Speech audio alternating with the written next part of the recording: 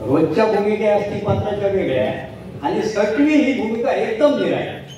ज्याप्रमाणे नाटकामध्ये पुरुष पाठामध्ये व्हिलन म्हणजे राक्षस पात्र असतो, त्याप्रमाणे सटवी म्हटल्यानंतर आधी छाती सटवी बघते, अशी ती भूमिका आहे. म्हणजे ती क्रूर भूमिका आहे.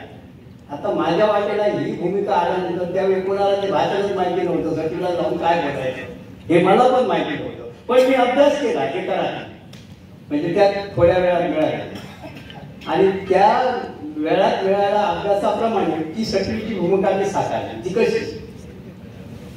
देव सभेत मानाचं स्थान, देवतांच्या पंक्तीला बसण्याचा जिचा अधिकार, जिचं नाव ऐकताच प्रत्येक प्राणीमात्राचा थरथर होतोय, ती ही सटवी. 6व्या दिवस माझा अधिकार आला. मूळ जन्माला आल्यानंतर त्या 6व्या दिवसाचा अधिकार सटवीचा आहे आणि देवतांच्या भरसमेत तो मला दिलेला आहे.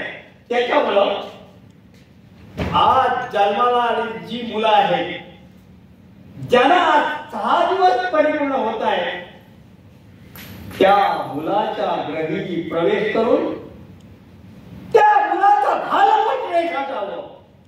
त्याप्रमाणे चित्रगुप्ताच्या वहीत पाहून ब्रह्मदेवाला जन्माला घातलेल्या प्रत्येक मुलाचा भालपट रेखाटण्याचा अधिकार माझ्या माती सोपी लागला.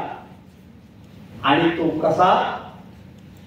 ज्या मुलाचा आज जन्म होऊन 6 दिवस परिपूर्ण होत आहे, त्या मुलाचा भालपट रेखाटण्यासाठी माझं वाहन मांजर मध्यरात्रीच्या वेळी त्या मुलाचा ग्रही प्रवेश करावा आणि चित्रगुप्ताच्या वहीत लिहिल्याप्रमाणे त्याच्या पूर्वजन्माच्या पाप पुण्याची गणना करून त्या मुलाचा भालपट रेखाटावा. आणि तो कसा?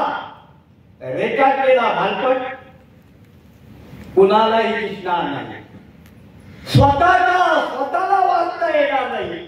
एवढंच नव्हे तर तो केव्हाही कुणाला पुसता येणार नाही, दिसणार नाही आणि तो पण डोळ्याचा वर कुणाला दिसणार नाही, असा भालपट रेखाटण्याचा अधिकार दिलाय. त्याप्रमाणे आज जन्माला